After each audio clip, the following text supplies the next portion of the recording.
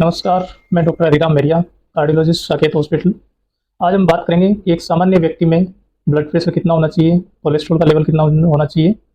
Blood pressure की बात करें तो ब्लड प्रेशर सामान्य होता है 120/80, यानी कि एक नॉर्मल इंसान का बीपी 120/80 या इसके आसपास, जैसे मैक्सिमम 130 या 90 तक हो सकता है।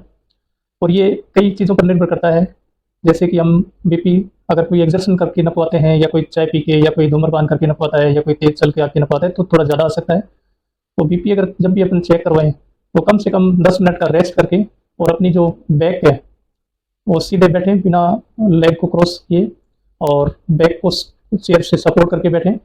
और बीपी चेक करवाते समय जो अपना हाथ की पोजीशन है वो एकदम स्ट्रेट होनी चाहिए, और बीपी इंस्ट्रूमेंट का लेवल अपना हार्ट के लेवल पर होना चाहिए।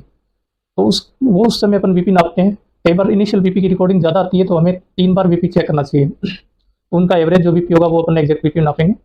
और बीपी अपन हॉस्पिटल में चेक करवाते हैं वो ज़्यादा हो सकता है, बजाय कि जो अपन खुद घर पे चेक करें।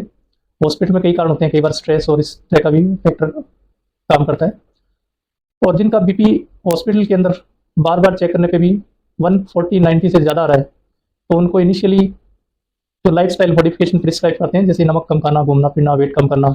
अगर किसी का बीपी इसके बावजूद भी 140/90 से ज़्यादा रहता है तो डॉक्टर की सलाह के अनुसार बीपी की टैबलेट रेगुलर लेते रहें, और लाइफस्टाइल वाले जो है मॉडिफिकेशन वो आप फॉलो करते रहें। दूसरी हम बात करेंगे कोलेस्ट्रॉल के बारे में। कोलेस्ट्रॉल अपन जब भी चेक करवाएं तो कम से कम 8 से 10 घंटे की फास्टिंग होनी चाहिए। जैसे रात का खाना खाया तो सुबह बिना चाय पानी पी सकते हैं, लेकिन ऐसे नाश्ता या चाय वगैरह नहीं लिए तो कोलेस्ट्रॉल की वैल्यू ज़्यादा एक्यूरेट आती है। तो कोलेस्ट्रॉल के कई तरह के पैरामीटर होते हैं, जैसे ट्राइग्लिसराइड होता है, एलडीएल कोलेस्ट्रॉल होता है, एचडीएल कोलेस्ट्रॉल होता है। तो इनकी वैल्यू सामान्य से ट्राइग्लिसराइड की बात करें तो 150 से कम होनी चाहिए, खाली पेट जो अपन जांच करवाते हैं वो। और एलडीएल कोलेस्ट्रॉल की बात करें तो वो उसका लेवल 100 के आसपास होना चाहिए। ये डिपेंड करता है इस एलडीएल कोलेस्ट्रॉल का टारगेट कि पेशेंट को साथ में डायबिटीज़ है कि नहीं है, उसको हार्ट अटैक आया हुआ है कि नहीं है, कई फैक्टर पे। और लेकिन हम सामान्य बात करें तो 100 के आसपास होना चाहिए एलडीएल, और ट्राइग्लिसराइड लेस देन 150 होना चाहिए।